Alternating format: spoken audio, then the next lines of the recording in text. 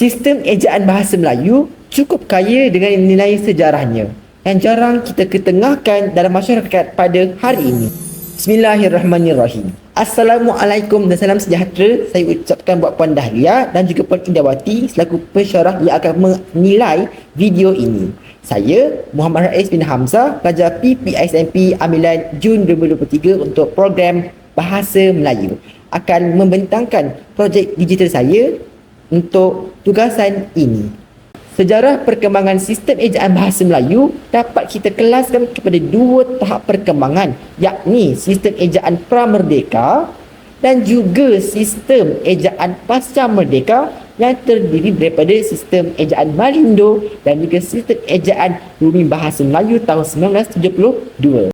Sistem ejaan Bumi tahun 1972 diperkenalkan oleh Datuk Hussein On, yakni Menteri Pendidikan di tahun tersebut, bersama Bapa Marsudi, yakni Menteri Pendidikan dan Kebudayaan Indonesia, yang telah bertemu lalu menandatangani sebuah kenyataan untuk menyediakan sebuah sistem ejaan yang standard antara Malaysia dan juga Indonesia yang telah dirasmikan pada 16 Ogos tahun 1972. Pada awalnya, sistem ejaan ini di Malaysia digelar sebagai sistem ejaan Bumi Baharu Bahasa Melayu. Lalu ia digelar pula apabila masa berlalu, ia digelar sebagai sistem ejaan Bumi Baru Bahasa Melayu. Terdapat 6 ciri utama yang boleh kita kenal pasti dalam sistem ejaan Bumi tahun 1972 ini. Ciri yang pertama yakni abjad. Dalam bahasa Melayu terdapat 26 abjad yang terdiri daripada huruf A hingga Z. Dan pemecahannya kepada dua kumpulan, yakni huruf vokal dan juga huruf konsonan. Huruf vokal terdiri daripada huruf A, E, I, O dan juga U, manakala terdapat 21 huruf konsonan. Konsep pertama dalam ciri abjad ini yang boleh kita terangkai bersama ialah konsep vokal berganding. Konsep ini akan melibatkan deretan dua vokal yang akan membentuk suku kata berbeza. Ini berlaku tanpa sebarang hentian sebentar atau geluncuran.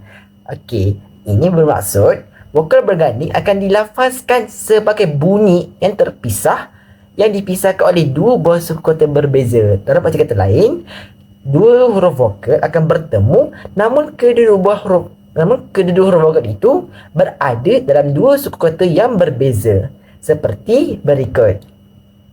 Dan antara contoh perkataan yang ada konsep vokal berganding ini seperti perkataan taat, pau dan juga buih. Di mana kita lihat di sini bahawasanya terdapat deretan dua vokal yang masing-masingnya berada dalam suku kata yang berbeza dalam sesebuah perkataan. Selain itu, terdapat juga konsep diftong yang mirip seperti dengan konsep vokal berganding namun terdapat perbezaan yang cukup ketara. Konsep diftong turut dikenali sebagai vokal rangkap. Ia melibatkan penghasilan dua bunyi vokal secara serentak dalam satu suku kata.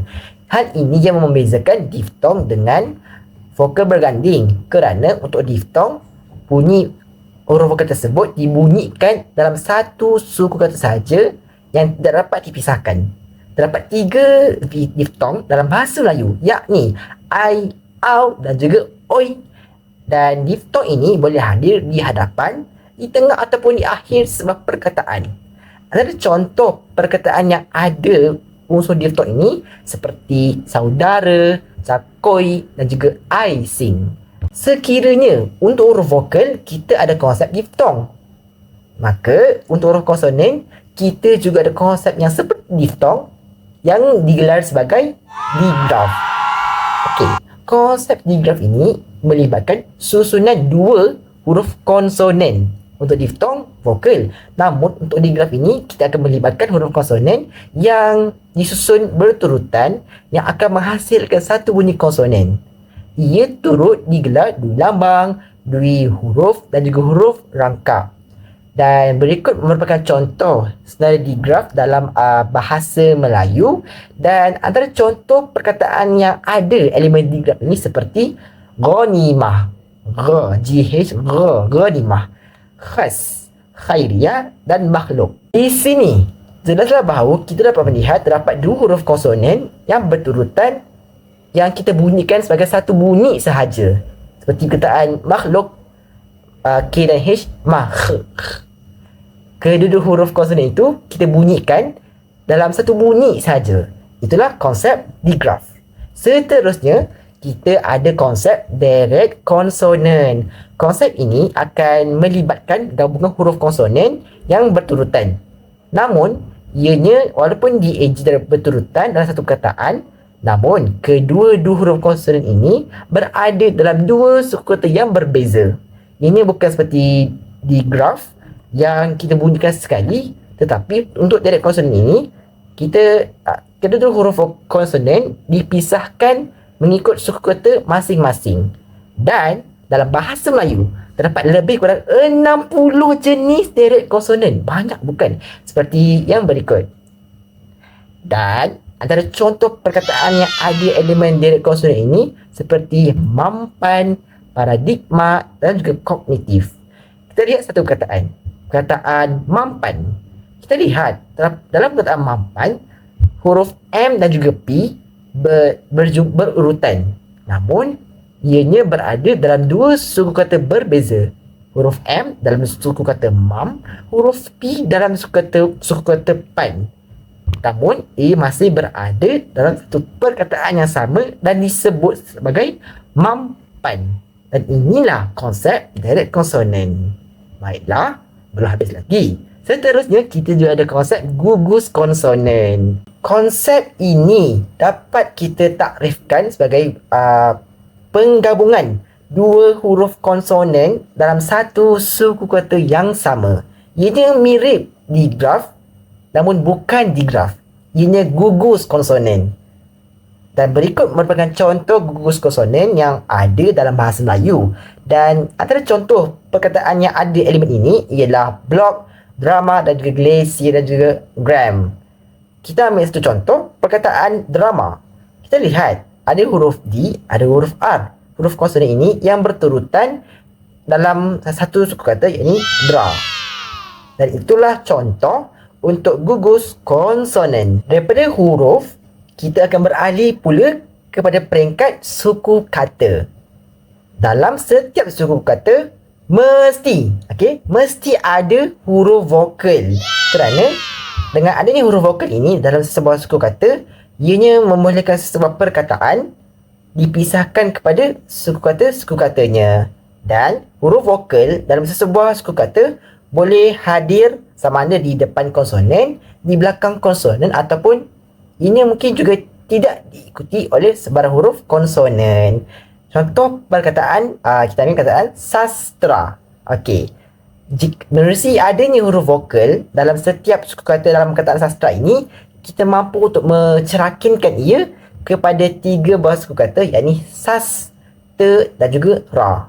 Di sini, jelaslah bahawa sangat pentingnya unsur huruf vokal ini dalam setiap suku kata, kerana jika tiada huruf vokal dalam sebuah suku kata itu, kita akan mengalami kesulitan untuk mencerakinkan perkataan kepada suku katanya. Dalam bahasa Melayu, terdapat dua jenis suku kata, yakni yang pertama suku kata terbuka dan juga yang kedua suku kata tertutup. Baiklah, untuk jenis yang pertama yang terbuka, ianya akan melibatkan gabungan huruf vokal sahaja, atau boleh juga gabungan huruf vokal dan konsonan di mana penghujungnya ialah huruf vokal. Seperti perkataan abu dan mak. Namun kita perlu cakna di sini bahawasanya untuk suku kata terbuka, jika ia berakhir dengan huruf konsonan, ianya perlu berakhir dengan huruf konsonan selain daripada huruf-huruf berikut untuk ia layak digelar sebagai suku kata terbuka. Selain itu, perkataan seperti tamak, ramah dan pintar mengandungi contoh untuk suku kata tertutup kerana ianya melibatkan pengakhirannya ialah huruf konsonan, huruf P, T, R, H, M, N dan juga K. Mana ianya mampu untuk kita klasifikasikan sebagai suku kata tertutup. Seperti perkataan tamak, mak, K. Ianya boleh kita katakan ya. Perkataan ini ada suku kata tertutup. Dalam sebuah perkataan, kita boleh memisahkan suku kata ini kepada suku kata awal, tengah dan juga akhir. Seperti yang kita sedia maklum, dalam setiap suku kata mesti ada huruf vokal. Dan untuk konsep seterusnya, konsep persukuan, kita akan lihat cara untuk huruf vokal di permulaan sebuah suku kata disusun. Dan terdapat 4 cara persukuan dalam bahasa Melayu, yakni persukuan pola suku kata umum, persukuan pola suku kata kata pinjaman, persukuan pemisahan suku kata dasar dan juga persukuan kata terbitan. Berikut merupakan contoh untuk pola suku kata bagi pola suku kata umum. Nampak gayanya, kita telah selesai menganalisis segala konsep yang ada dalam ciri untuk sistem ejaan Rumi tahun 1972 yang pertama, yakni abjad. Kini kita akan masuk kepada ciri yang kedua, yakni sistem keselarasan vokal. Sebenarnya, untuk kita mengeja sesebuah perkataan dalam bahasa Melayu, terdapat 2 peraturan utama, yakni yang pertama, sistem keselarasan vokal yang akan diaplikasikan untuk ejaan perkataan yang memang berasal daripada bahasa Melayu sendiri, yang bukan kata pinjaman ataupun unsur serapan, memang ada dalam bahasa Melayu. Yang kedua ialah kekecualian sistem keselarasan vokal.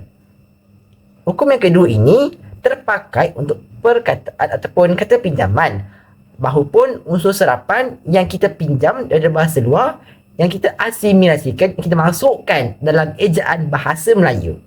Okey, untuk hukum pertama, yakni sistem keselarasan vokal, ada 18 kesemuanya, 18 pola seperti pola AA, pola II dan juga pola UA.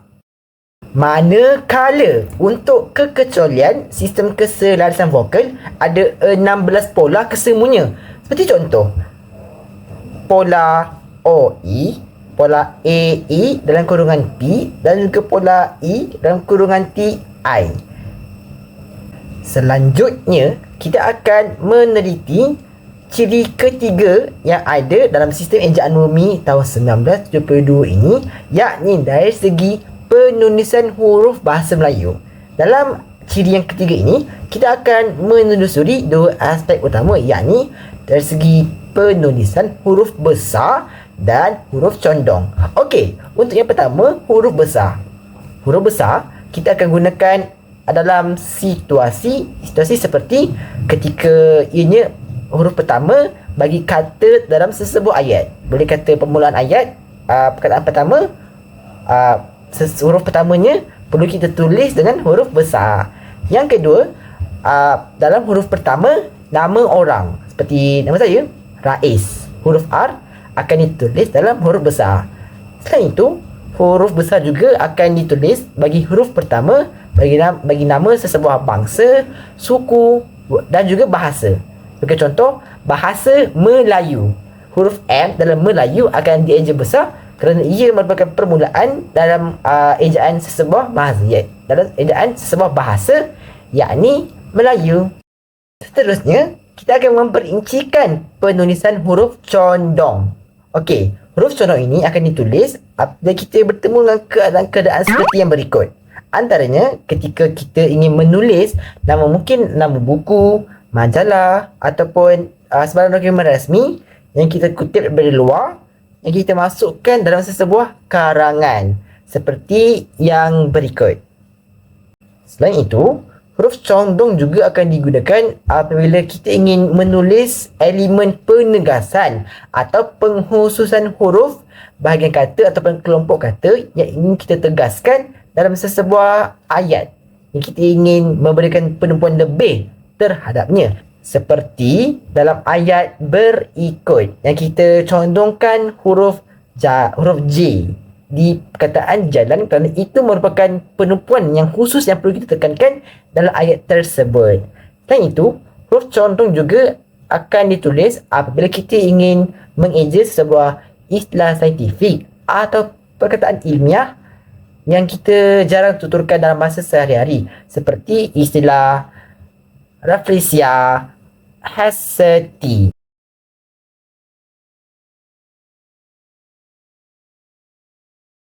Usai kita menelusuri ciri yang ketiga dalam sistem ejaan Numi tahun 1972 ini, kita akan beralih pula kepada ciri keempat, yakni ciri penulisan kata bahasa Melayu. Okey, untuk ciri yang keempat ini, kita akan melihat bagaimanakah cara untuk kita mengeja setiap jenis kata yang ada dalam bahasa Melayu. Okey, yang pertama kita ada kata dasar, yakni kata dasar sesebuah bagi sesebuah perkataan, di mana kita akan eja satu persatu, yakni terpisah dalam bentuk tunggal bagi kata dasar lah. Seterusnya, ada juga kata terbitan yang menerima pengimbuhan.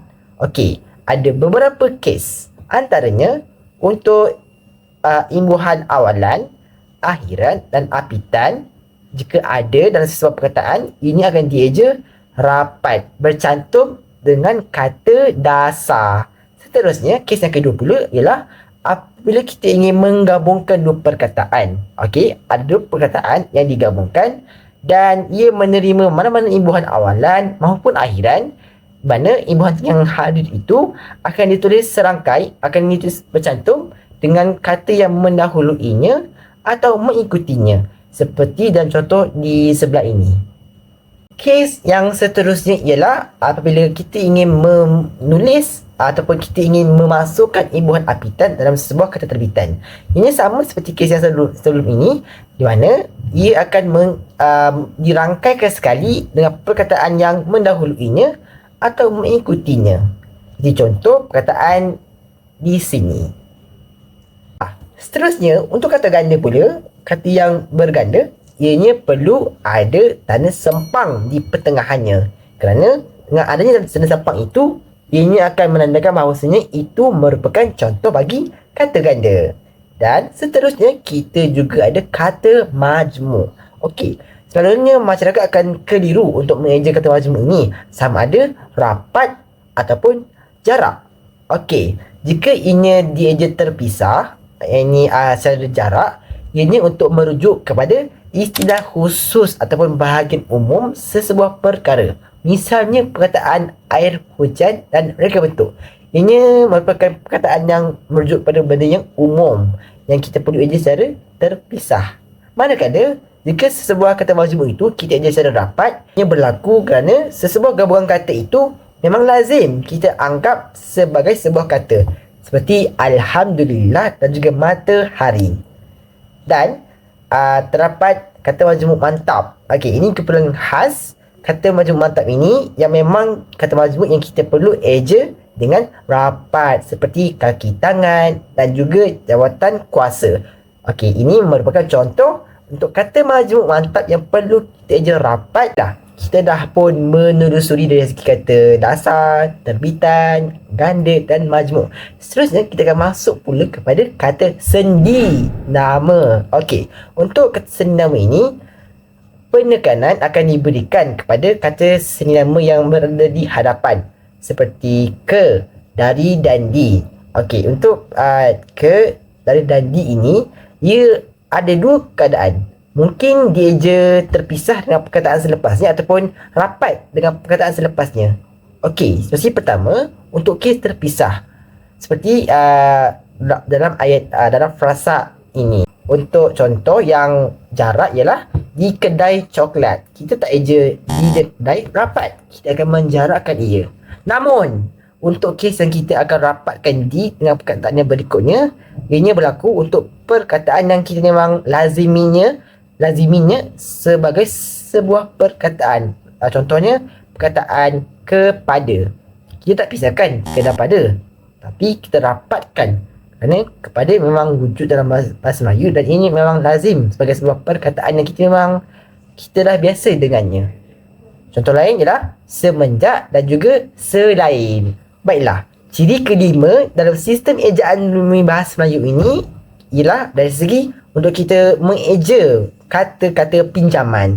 Kerana bahasa Melayu banyak meminjam perkataan, contohnya daripada bahasa Inggeris, bahasa Arab dan juga bahasa Portugis, di mana ada dua situasi. Situasi yang pertama, kata asing itu diserap sepenuhnya. Penuhnya kita serap dari aspek sebutan dan juga tulisan seperti mana yang ditulis dalam bahasa asal. Situasi yang kedua ialah kita akan menyerap dari aspek visual sahaja. Baiklah, kaedah umum yang boleh kita jadi kepanduan jika kita ingin mengeja sebuah perkataan kata pinjaman yang dipinjam oleh bahasa Melayu ialah yang pertama dari segi konsonan, gabungan konsonan dan juga gabungan vokal. Seperti yang berikut. Hukum-hukumnya, contohnya A kekalkan au kekalkan au, ia kekalkan ia. Contohnya dialect dalam bahasa Inggeris, dalam bahasa Melayu dialek. Itu dikekalkan, tak digugurkan ataupun diubah.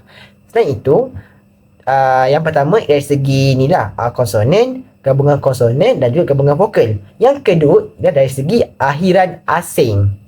Dalam kita ingin mengeja imbuhan akhiran asing yang ingin kita masukkan dalam perkataan bahasa Melayu, ada beberapa situasi yang perlu kita hadapi.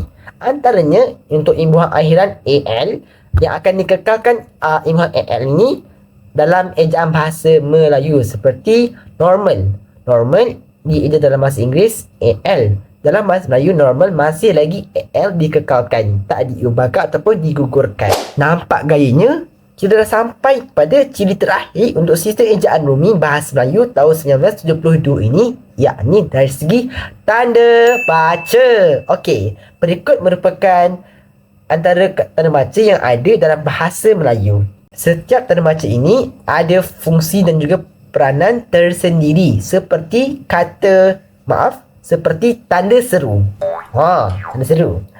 Yakni ianya akan digunakan selepas sebarang pernyataan yang berbau seruan, perintah atau kita mengungkapkan kebenaran ataupun sebuah pernyataan yang dikaitkan dengan emosi yang cukup utuh.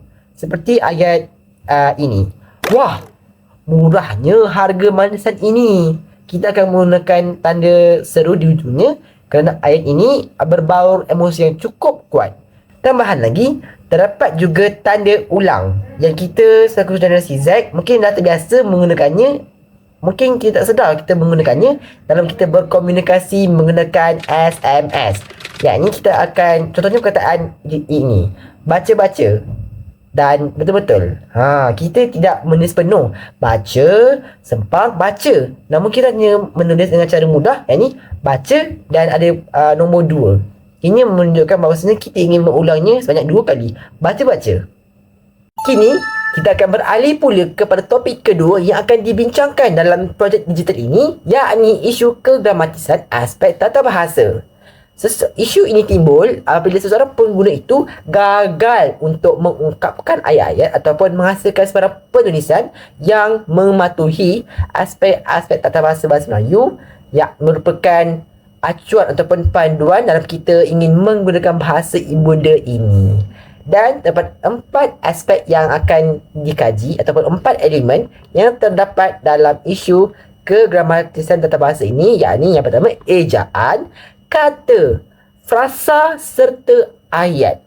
Sebelum kita meneroka dengan lebih teliti tentang isu-isu kegramatisan bahasa ini, boleh kiranya kita melihat dahulu pendapat seorang pensyarah bahasa Melayu di Universiti Islam Antarabangsa Malaysia, yakni Encik Faizuddin Rahim, tentang pendapatnya tentang isu gramatisan bahasa ini.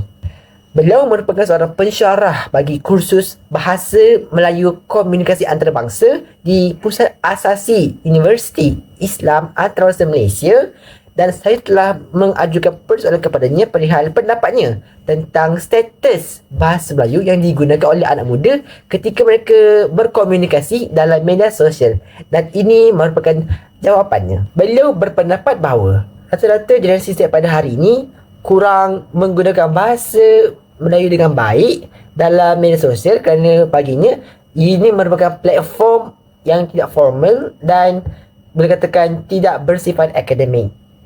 Berbalik semula kepada diskusi kita pada hari ini yang akan membingkiskan 4 aspek kegramatisan, aspek tata bahasa yang merangkumi aspek yang pertama, aspek ejaan. Di sini kita lihat bahawa sebenarnya aspek ejaan yang salah dieja oleh pengguna bahasa ini lazimnya merangkumi bentuk tulisan serta tanda baca. Dan terdapat 9 jenis kesalahan ejaan yang lazim dilakukan oleh pengguna bahasa Melayu seperti berikut. Aspek kedua, yakni kata. Okey, isu kegramatisan ini timbul apabila berlakunya kesilapan ataupun kekeliruan apabila seseorang itu ingin membentuk sesebuah kata. Dan kesilapan ini biasanya merujuk kepada golongan kata dan juga bentuk kata, yakni kesalahan dari segi 4 golongan kata dan juga bentuk-bentuk kata seperti bentuk terbitan, bentuk ganda dan bentuk baju yang kerap kali disalah eja oleh ataupun disalah gunakan dalam konteks yang tidak sepatutnya. Aspek yang ketiga, yakni frasa, yakni kesilapan ataupun kekeliruan apabila seseorang itu menulis ataupun membentuk sesebuah frasa yang akan menyebabkan frasa nama, frasa kerja, frasa adjektif serta frasa seni nama. Dan elemen keempat yang dikaji di bawah aspek kegramatisan bahasa ini ialah ayat. Misalnya dari aspek susunan ayat, ragam ayat yakni aktif maupun pasif, serta ayat perintah, ayat tanya dan banyak lagi. Dan hari ini saya akan memfokuskan satu isu kegramatisan bahasa yang cukup lazim dalam kehidupan seharian kita, yakni isu kesalahan ejaan dalam kalangan usahawan dalam ayat-ayat iklan ataupun ayat-ayat promosi mereka yang kita kerap temui dalam kehidupan seharian kita. Ini merupakan contoh kesalahan ejaan yang cukup ketara dalam aspek ayat iklan yang digunakan oleh usahawan ini. Menerusi ayat dalam ilustrasi ini, kita dapat lihat sangat banyak kesalahan ejaan yang dilakukan oleh peniaga ini, seperti ejaan sekali yang sepatutnya ia jatuh bawah kesalahan kelainan vokal, yakni sepatutnya pola kelainan vokal untuk sekali ialah EA, namun ejaannya ialah S dan saya pun tak tahu mana hilang E. Jadinya itu merupakan kesilapan ejaan yang telah pun dilakukan oleh penjual ini.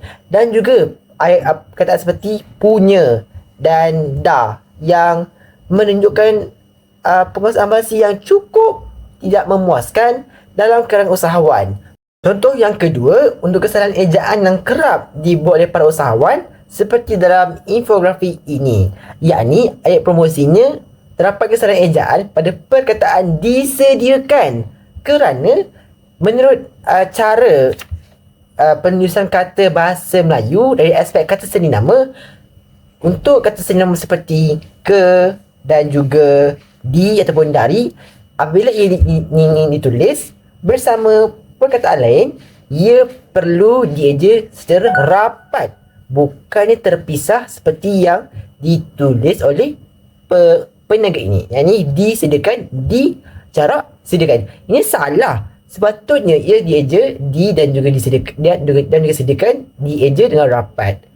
Dan di sini kita bahawasanya ia telah pun melanggar hukum ejaan bahasa Melayu yang sepatutnya dipatuhi oleh pengguna bahasa ibunda ini. Selain itu, perkataan berdedikasi turut dieja dengan salah dalam ayat promosi ini, di mana sepatutnya ejaan yang betul ialah berdedikasi, DEDIKASI. Namun peniaga ini mengejanya dengan berdedikasi yang merupakan ejaan yang salah dalam sistem ejaan bahasa Melayu. Tindakan para usahawan ini sedikit sebanyak telah pun mencemarkan imej baik bahasa ibunda kita, kerana apabila pengguna bahasa luar melihat ayat ini, mereka akan beranggapan bahawa ejaan ini merupakan ejaan yang betul, walhal ia merupakan ejaan yang salah. Dan kita lah di sini selaku pengguna bahasa perlu menunjukkan penggunaan bahasa yang betul kepada mereka. Dan bukanlah kita ingin mereka yang berniaga ini untuk berkomunikasi ataupun mempromosikan barangan secara serius dan begitu formal. Bukanlah begitu. Tetapi kita ingin mereka paling kurang pun tidak mengabaikan langsung aspek tata bahasa ini dari aspek yang paling ringkas seperti aspek ejaan ini. Jangan kerana mereka terlalu ingin mengejar trend semasa ataupun ingin menarik perhatian masyarakat sehingga mereka langsung tidak mementingkan aspek bahasa yang sepatutnya diamalkan oleh seorang pengguna bahasa yang bertanggungjawab.